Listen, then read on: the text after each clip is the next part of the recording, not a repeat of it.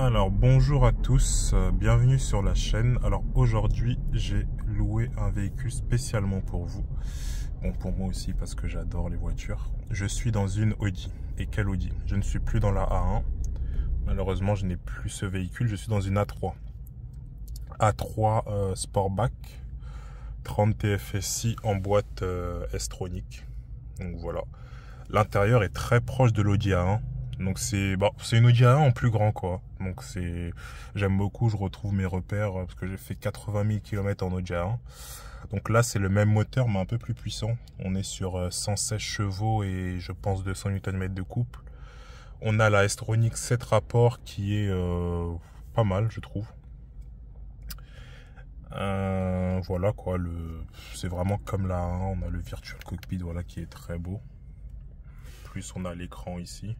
Bon, les aérateurs sur la 1 font un peu plus une ligne comme ça. Ici, ça fait par étage. On a là, puis l'écran descend et on continue. Mais sinon, c'est vraiment comme la 1. Voilà.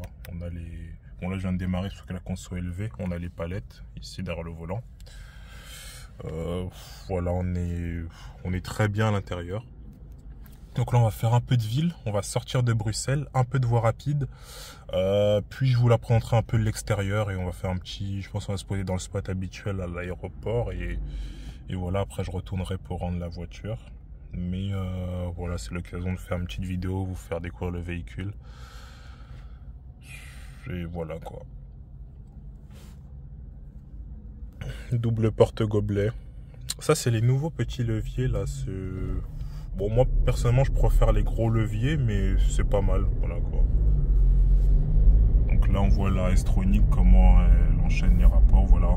On sent pas le passage des rapports. C'est assez doux, assez vraiment smooth. Et il y a un mode, là, je sais pas si vous allez voir. Là, je lève le pied. Non, là, ça le fait pas. Il y a des fois, en fait, quand on freine, le moteur se coupe. On est carrément en roue libre, en fait. C'est un stop and start, en fait, amélioré. Avant, avec la A1, ça se coupait. Le moteur se coupait quand on se mettait en poids mort en dessous de 10 km/h. Là, des fois, on est à 30. On freine et on est en roue libre. Donc, pour la conso, c'est intéressant, je pense, en ville. Bon, après, le moteur fait que redémarrer, ça aussi, c'est sur le long terme. Je pense que pour la batterie démarreur, c'est pas ouf. Mais bon, sur des véhicules comme ça qui sont neufs, généralement qui sont achetés en leasing, bon on s'en fout un peu du long terme, mais pour quelqu'un qui achète ce véhicule en seconde ou troisième main avec du kilomètre, je pense que ça, il faut désactiver, voilà, stop and start. Même en ville, le petit défaut, c'est qu'en mode D, la voiture a tendance à rouler bas dans les tours. Donc niveau réactivité, c'est pas ouf. Je vais le laisser s'insérer là. C'est un peu la guerre ici. Et quand on se met en mode S, je trouve que le mode S en ville est un peu plus adapté. Là, je vais basculer en S. Hop. S2. Et ce qui est bien, c'est qu'en S, on a l'affichage du rapport sur lequel on est. En D, il n'y est pas. Alors, c'est bizarre parce que sur d'autres Volkswagen, enfin d'autres voitures du groupe Volkswagen, en D, on a le rapport affiché. Mais là, ici, il n'y est qu'en S. Un peu comme sur les BM. Les BM, c'est pareil, en D, il n'y a pas le rapport affiché. En mode S, il y a le rapport. Donc là, en mode S, je trouve que c'est mieux. C'est plus. Voilà, le moteur ne cherche pas à rouler à la limite du calage. Et je pense pas qu'on consomme spécialement plus en plus. Donc moi, je préfère le mode S. On peut jouer avec les palettes si on veut. On verra ça tout à l'heure. Là, c'est un peu congestionné. C'est pas l'heure idéale. Il est 13h. Mais bon, c'est moins pire que si j'aurais fait la vidéo à 16h, 17h à la sortie du bureau, on n'aurait pas avancé. Là, ça va encore et puis on va sortir de la ville, ça va un peu mieux rouler, voilà. Sinon, le gabarit, je préfère ce gabarit que la A1. Moi, je fais 1m80 personnellement et j'avais un problème sur la A1, c'est que quand j'étais bien installé, j'aime bien être voilà, une position confortable, alors les jambes assez allongées. Et dans la A1, en fait, ma tête venait pile au niveau du montant. Donc ça fait que ça me cache la vue. Donc pour regarder l'angle mort, je devais soit regarder la fenêtre derrière, soit m'avancer pour se mettre devant. Et là, ça va, ma tête et comme ça. Donc j'arrive à contrôler l'angle mort sans devoir faire vraiment me contorsionner dans tous les sens. Donc c'est plus agréable. Niveau largeur, la voiture est un peu plus large. Donc je pense qu'aux places arrière, ça doit être un peu mieux si on... Voilà. même si c'est pas fait pour mettre 3 adultes, mais ça passe pour un trajet de 1 heure ou 2 heures. Je pense qu'à 3 ça passe, plus longtemps ça passerait pas, mais c'est agréable, on se sent dans un véhicule un peu plus routier aussi sur la route, ça doit être intéressant. Et je vais pas faire beaucoup, on va faire un peu de voie rapide, mais en tout cas voilà quoi. C'est l'équivalent, Mégane, Toyota Corolla.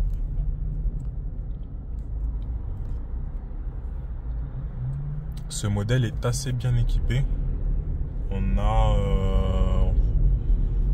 je pense que ça va être un milieu de gamme. Je sais plus à l'actu des définitions Audi, parce que tous les 2, 3 ans, voire 4 ans, le nom définition change. Il y a un moment, on a ambiante, ambition luxe. Je sais plus comment ça s'appelle le haut de gamme. Bref, et des fois après, ils changent complètement la nomenclature. Donc là, je sais pas comment ils appellent ça, mais je pense qu'on est. S'il y a 4 niveaux de finition, on doit être sur le 3e, je pense.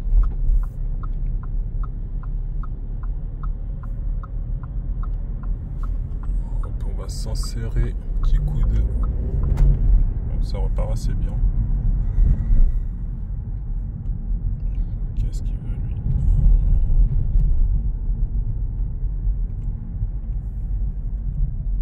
Ici à cette intersection, c'est marrant, il y a parfois des...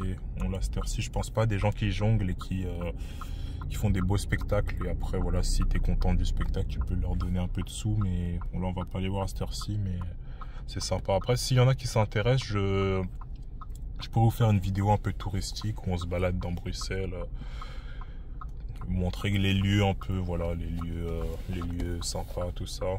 Bon, peut-être pas avec une voiture de loc, parce que c'est-à-dire que ça, on les paye à la minute, donc ça défile assez vite. Mais normalement, d'ici la fin du mois, milieu mai, je devrais avoir un nouveau véhicule perso.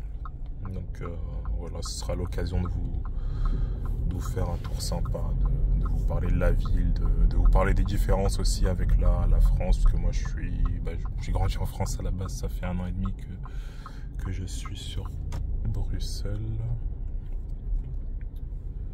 Et ici c'est toujours le bordel à cette intersection.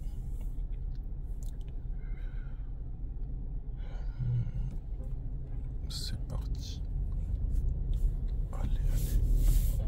Allez, oh là là, qu'est-ce qu'ils font?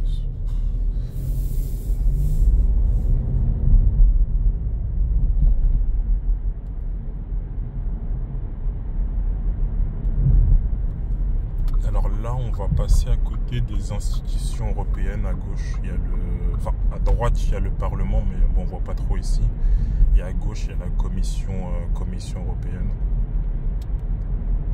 Donc c'est un peu ici que toutes les grosses décisions de l'Europe se prennent. Les cerveaux sont ici. On va prendre directement la voie rapide. Donc là, avec les palettes, hop, mode manuel. Là, par exemple, je suis en 2. Hop, je descends en 1. C'est assez réactif. Après, la boîte en S gère assez bien,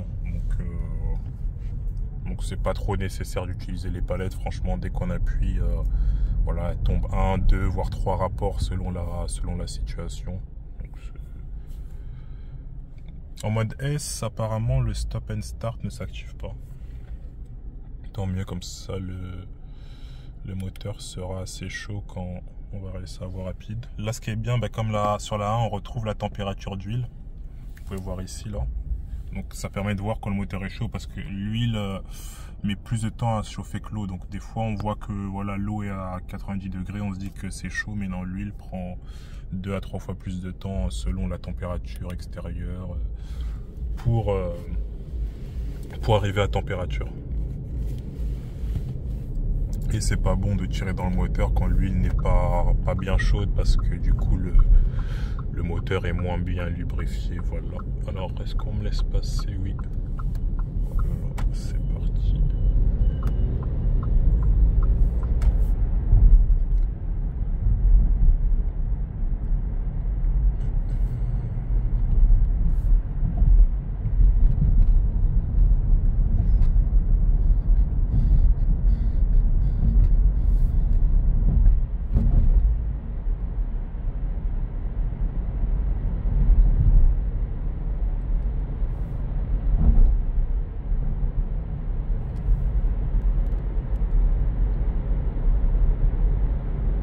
Niveau insonorisation, ça a l'air globalement équivalent à la A1. Je ne remarque pas spécialement de différence. Allez, on va s'insérer un peu. On va tester un peu la relance. Oui, ça...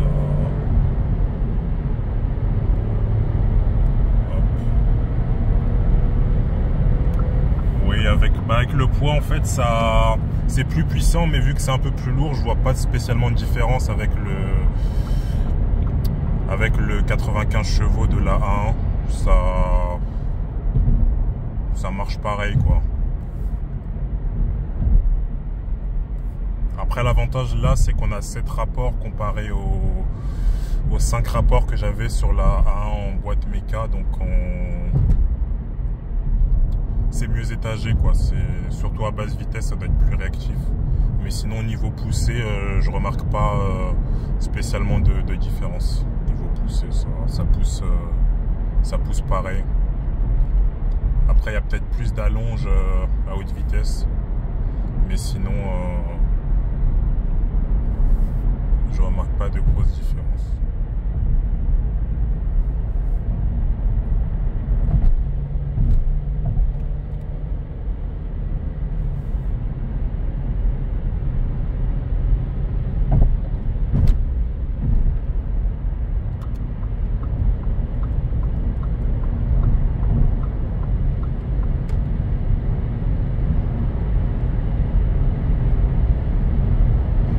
Par exemple, on est à 120 en 7, je vais faire un kickdown, hop, la voiture retombe en 5 et oh, ça monte quand même pas mal. Ouais, par contre à haute vitesse ça marche mieux que la 1, parce que le moteur s'essouffle en fait beaucoup moins vite sur le 95 chevaux. À partir de 4005, on sent qu'on a atteint le maximum de la poussée. Alors là, jusqu'à 5000, 6000, le moteur continue de pousser, donc c'est assez intéressant. Notamment pour l'utilisation, si on fait l'autoroute, vaut mieux privilégier donc le 30 TFSI que le 25.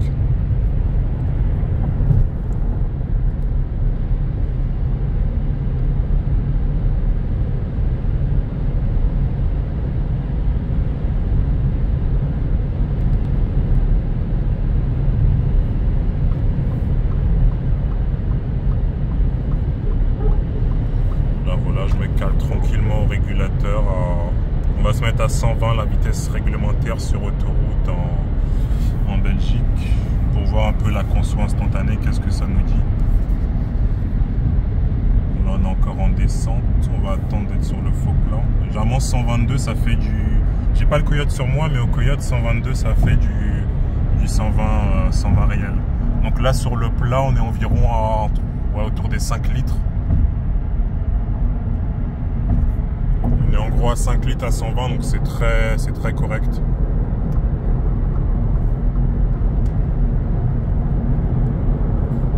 Donc là on va vers Zaventem.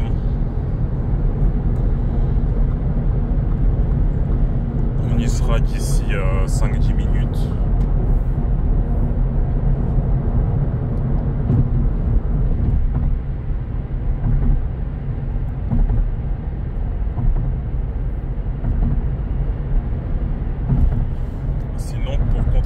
Là, tout ce qui est température, climatisation, c'est un peu différent. Là, c'est des boutons.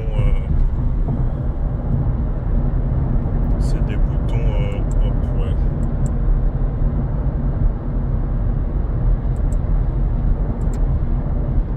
Ça fait un peu bouton aviation. C'est pas mal. Je trouve c'est intéressant. Et on va faire un petit accel. Alors là, il est passé en 4. Par contre, tout à l'heure, elle est tombée en 5. Là, on est passé en 4.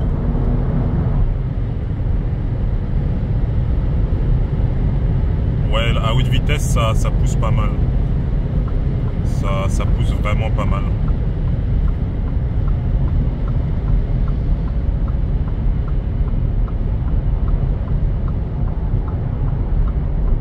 On va essayer de pas trop rouler fort. Là, j'ai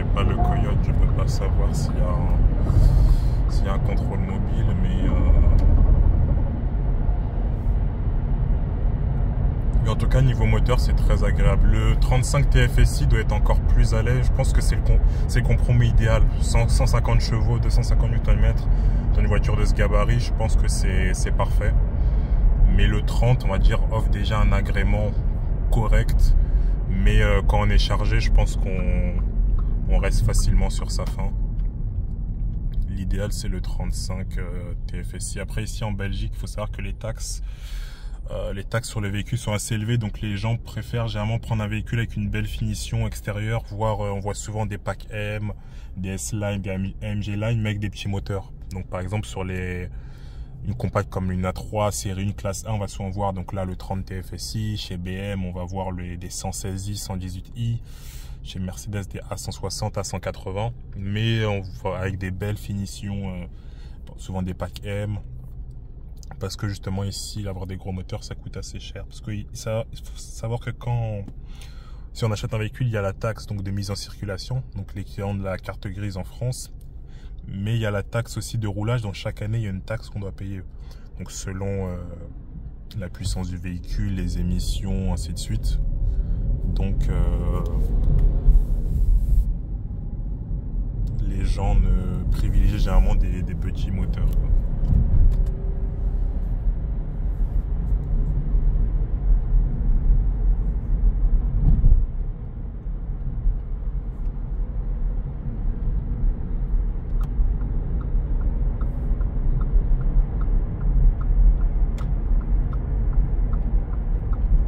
Là, on vient de passer du coup en Flandre. La Belgique est divisée en 3 parties. Il y a donc Bruxelles, il y a la Wallonie en bas et la Flandre en haut. Donc là, on est dans le Brabant flamand, si je ne me trompe pas. Juste en bas de Bruxelles, il y a le Brabant wallon. Et c'est un peu deux pays en fait dans un même pays, parce que en Flandre, on parle néerlandais déjà, néerlandais ou anglais, mais la langue principale c'est les néerlandais, la langue secondaire c'est l'anglais. En Bruxelles et Wallonie, donc on parle français, et les deux autres langues sont le néerlandais et l'anglais. Mais en Flandre, beaucoup de gens savent parler français, mais il y a une histoire un peu de fierté, d'ego. Je connais pas de manière approfondie l'histoire de Belgique, mais voilà, si vous allez en Flandre, ne parlez pas français, on va soit vous regarder bizarrement, soit vous mépriser, et voilà, c'est une longue histoire. Mais personnellement, je ne parle pas néerlandais, mais en anglais je me débrouille, donc je peux aller en Flandre sans trop de problèmes. D'ailleurs, il y a des belles villes à visiter, notamment Bruges, la Venise du Nord, Gand, c'est pas mal. Je sais pas si je prononce bien, mais voilà. Anvers aussi, c'est assez sympa. Mais surtout, Gand et Bruges, c'est bien. À Ostende, on peut voir la mer. Bon, après, niveau météo, ça reste la Belgique, donc ne vous attendez pas à faire bronzette. À part peut-être vraiment en juillet-août, ou potentiellement oui, mais le reste de l'année, on va pas là-bas pour bronzer.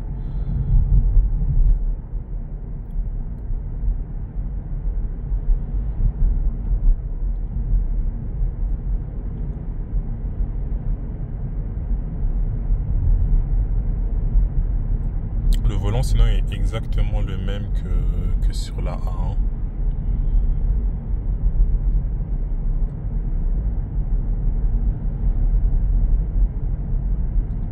Alors je sais pas si à l'heure actuelle la vidéo est déjà sortie, mais j'ai filmé un Mazda 5, celui de mon père, donc soit la vidéo vient de sortir, soit elle sortira après cela, je sais pas encore.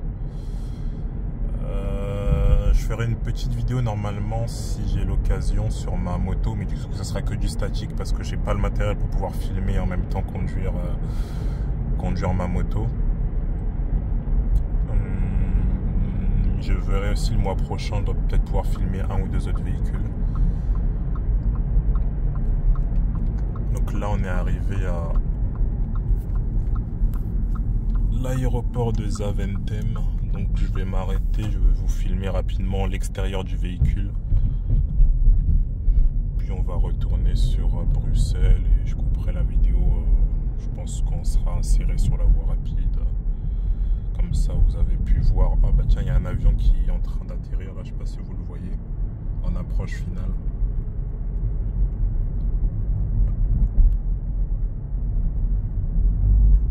Il est juste là, il va passer devant nous. Ouais, c'est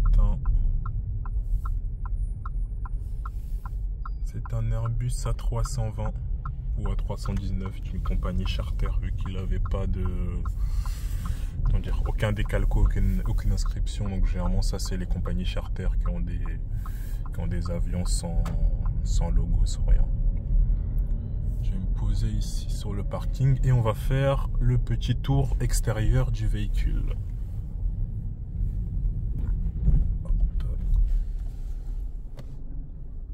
Donc là, 2 impulsions, je passe en marche arrière. Donc on n'a pas la caméra de recul, mais on a le radar avant-arrière. Donc voilà, c'est assez pratique. Hop. On va mettre en P. On va sortir. Je vois la fenêtre parce que j'ai toujours, je sais pas vous, moi j'ai toujours la hantise que je sors du véhicule avec le contact mis et le véhicule se verrouille et que je sois bloqué à l'extérieur. Ça a toujours été ma hantise. Alors, le véhicule est dans un rouge assez beau. Donc on a des jantes en 17 si je me trompe pas, oui c'est ça, 225 45 17. Donc voilà, les feux avant sont à LED. Le pare-choc est assez beau, notamment avec les petits, cette partie grise là sur le côté, ça fait un peu penser à une S-Line.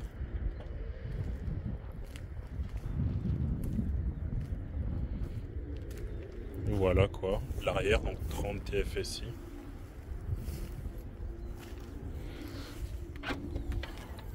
Le coffre. Voilà. Les places arrière. Un peu dégueulasse. Voilà les places arrière quoi. C'est classique. Il y a pas de. Par contre, ce qui est dommage, il n'y a pas d'accoudoir à l'avant. Enfin au milieu, pardon. Donc ça pour les longs trajets c'est agréable quand vous êtes deux. Voilà, vous pouvez poser des gobelets, vous pouvez vous accouder. Bon, on a l'isofix, maintenant ça c'est classique sur toutes les voitures. Ce qui est bien c'est qu'on a des aérateurs qui vont à l'arrière, donc ça en été c'est pratique quand il fait chaud. La clim va aussi à l'arrière. Voilà, bac de porte classique. Ça j'aime bien, je trouve le design des poignées comme ça un peu aérien. C'est pas mal. Et voilà, siège tissu classique. Boîte à gants.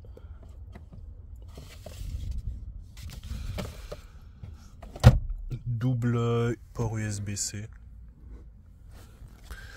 Et voilà, j'ai fait le tour. Bah écoutez, on va repartir sur la route. On va rouler un peu et puis j'arrêterai la vidéo là. Si vous avez des questions, n'hésitez pas à poser ça dans les commentaires. C'est reparti. Hop. Le bouton de démarrage est ici. C'est assez bien. Hop, attendez, je mets ma ceinture. Voilà, D, je me remets en S, parce que ça roule beaucoup mieux en S.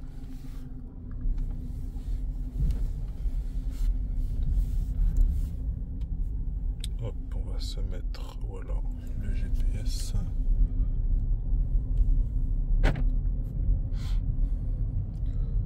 Là-bas, vous pouvez voir la tour de contrôle. C'est pas mal, j'ai eu l'occasion de la visiter de l'intérieur via mes petites sorties scolaires, on va dire, vu que je suis des cours en aviation, ça m'intéresse beaucoup. Peut-être que par la suite, je ferai quelques vidéos d'aviation, s'il y a des amateurs. C'est géré par Sky, c'est ceux qui gèrent le contrôle aérien en Belgique. C'est impressionnant, quoi. Donc voilà, qu'est-ce que je peux vous dire d'autre sur cette petite A3? Ben, moi j'aime beaucoup. À l'intérieur, on a une impression de largeur assez importante, même si ça reste une compacte, donc je pense que ça ne doit pas faire plus d'1,80 m en largeur, mais en tout cas à l'avant, on a une impression de largeur assez agréable. Il y a pas mal de voitures à droite. On va attendre pour s'insérer. Personne à droite, personne à gauche. Écoutez, on va faire un petit départ. Petit départ arrêté. 3, 2, 1.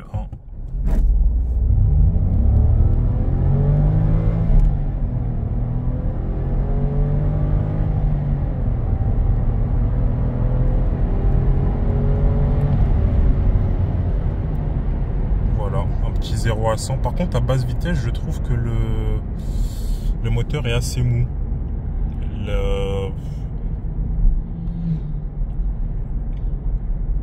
Je pense qu'avec en boîte méca et le 95 chevaux sur la 1, je faisais pareil, je pense, pour le 0 à 100. Après, j'ai vu pas mal d'essais, généralement quand je regarde les essais, les boîtes DSG sont légèrement plus lentes sur le 0 à 100. D'ailleurs, c'est paradoxal parce qu'on dit qu'une boîte auto c'est plus rapide, mais sur pas mal de voitures, on perd un peu quelques dixièmes avec la boîte DSG. Mais là, comme on a vu, ouais, j'ai trouvé ça assez mou sur le départ arrêté. Notamment les passages de rapport. Vous ne l'avez pas senti, moi j'ai senti qu'il y a une légère latence quand on passe, par exemple, dès qu'il a passé de la première à la deuxième et de la deuxième à la troisième. Mais ça avance quand même. En tout cas, bon, là je suis tout seul, après la voiture n'est pas chargée. Qu'on est 4 adultes et le coffre rempli, ça doit être différent. Mais en tout cas, tout seul, pour la puissance, ça va. Mais bon, si on voyage souvent chargé ou qu'on fait beaucoup de routes, je pense que le 35 TFSI est à privilégier. Et je suis sûr qu'il ne consomme pas plus, le 150 chevaux. En plus, il y a la désactivation des cylindres. Donc je suis persuadé qu'on consomme la même chose avec le 150 chevaux. Juste que les taxes vont augmenter quand on paiera un peu plus de carte grise et un peu plus de taxes annuelles. Et sur long terme aussi, je pense que le 4 cylindres a une meilleure fiabilité que le 3 cylindres. Surtout que là c'est un 1 litre, donc c'est des moteurs assez petites cylindrées avec des turbos, donc assez poussés. Donc je sais pas si on peut faire 400 000 avec un 1 litre TFSI. Je suis pas sûr du tout même. Je pense que jusqu'à 200 000 ça va. Mais 300-400 000 je demande à voir. En tout cas je sais que chez Ford il y a beaucoup de problèmes avec le 1 litre EcoBoost. Ils ont du mal à passer les 200 000. Je vois beaucoup d'annonces. Souvent je regarde un peu les Focus, les C-Max, même les Fiesta. En litre EcoBoost, beaucoup de moteurs HS. Quand on regarde par exemple sur le Bon Coin ou les autres sites d'annonces, 100, 150 000 voire 100 000 km, beaucoup de voitures avec moteur HS. Donc ça fait un peu peur. Donc je ne conseillerais pas trop d'acheter ce genre de moteur avec 200 000 km.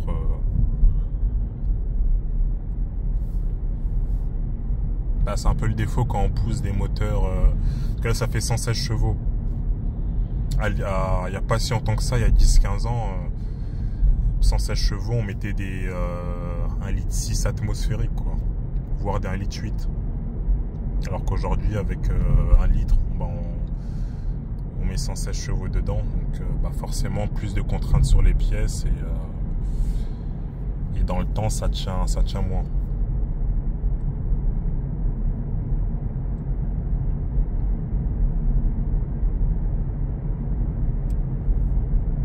On arrive à 30 minutes, donc c'est pas mal.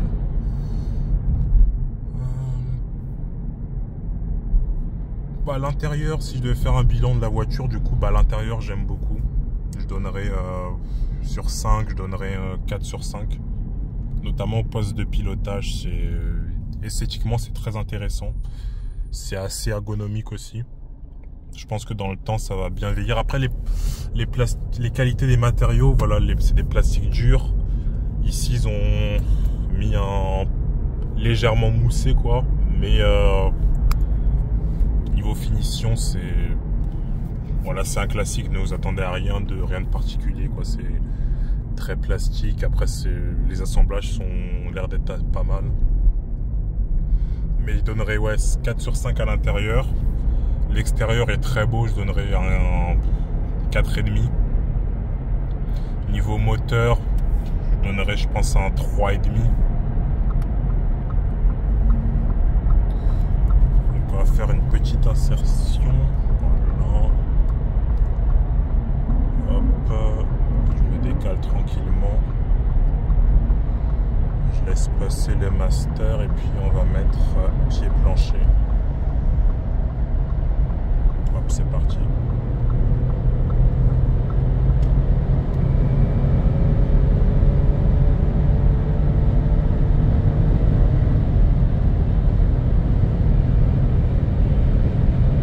Et on va couper.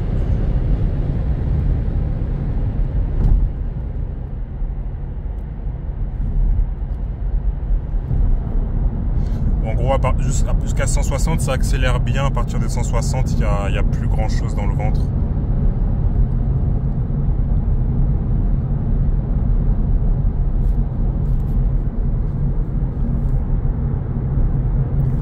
Et là, sur le trajet qu'on a fait, 7 litres 7, c'est pas mal avec...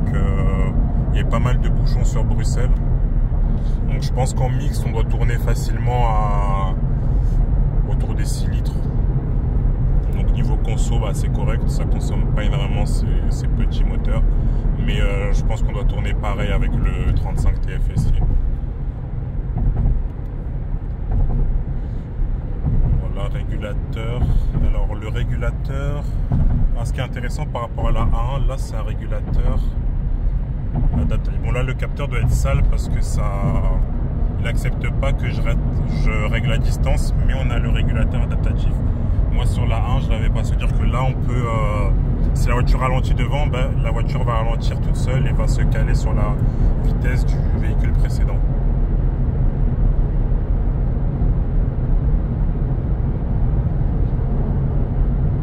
Niveau de transmission, ça tourne aussi un peu plus long. Savoir qu'à 130 j'étais en 5e, j'étais à 3000. Là on a un peu moins, 2000. Donc on est à 2800. Ouais, ça, 2800 tours à 130. Donc le moteur tourne un poil moins vite qu'en boîte méca aussi.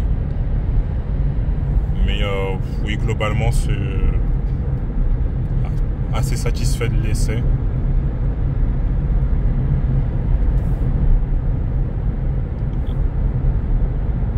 Après avoir les tarifs, je sais pas combien ça vaut en neuf. Je dirais comme ça dans les 35-40 000. Mais je sais pas.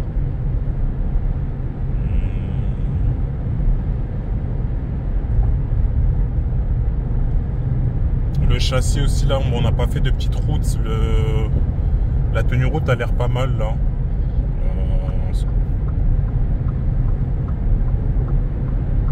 Ouais, bon, là, je peux pas trop m'amuser. Là, on est sur l'autoroute. Mais la tenue route a l'air assez saine. Après, le véhicule a que 12 000 km. Donc, on va dire, niveau châssis, il est neuf.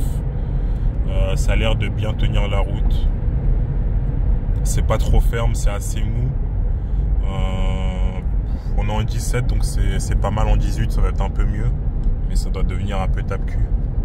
Mais sur ce genre de gabarit, je trouve que 18 pouces, niveau esthétique et tenue de route, c'est le top. Après, bien sûr, le prix des pneumatiques est plus cher. Mais voilà, niveau tenue de route, niveau esthétique... Écoutez les amis, on arrive vers la fin de cette vidéo. J'espère que ce format test drive, voilà, avec une vue au poste de conduite, un petit tour de l'extérieur, des petites données techniques, ça vous plaît. Si jamais vous voyez des choses qui peuvent améliorer un peu les vidéos, je suis ouvert à la critique tant que ça reste constructif et c'est pas juste voilà, pour casser bêtement.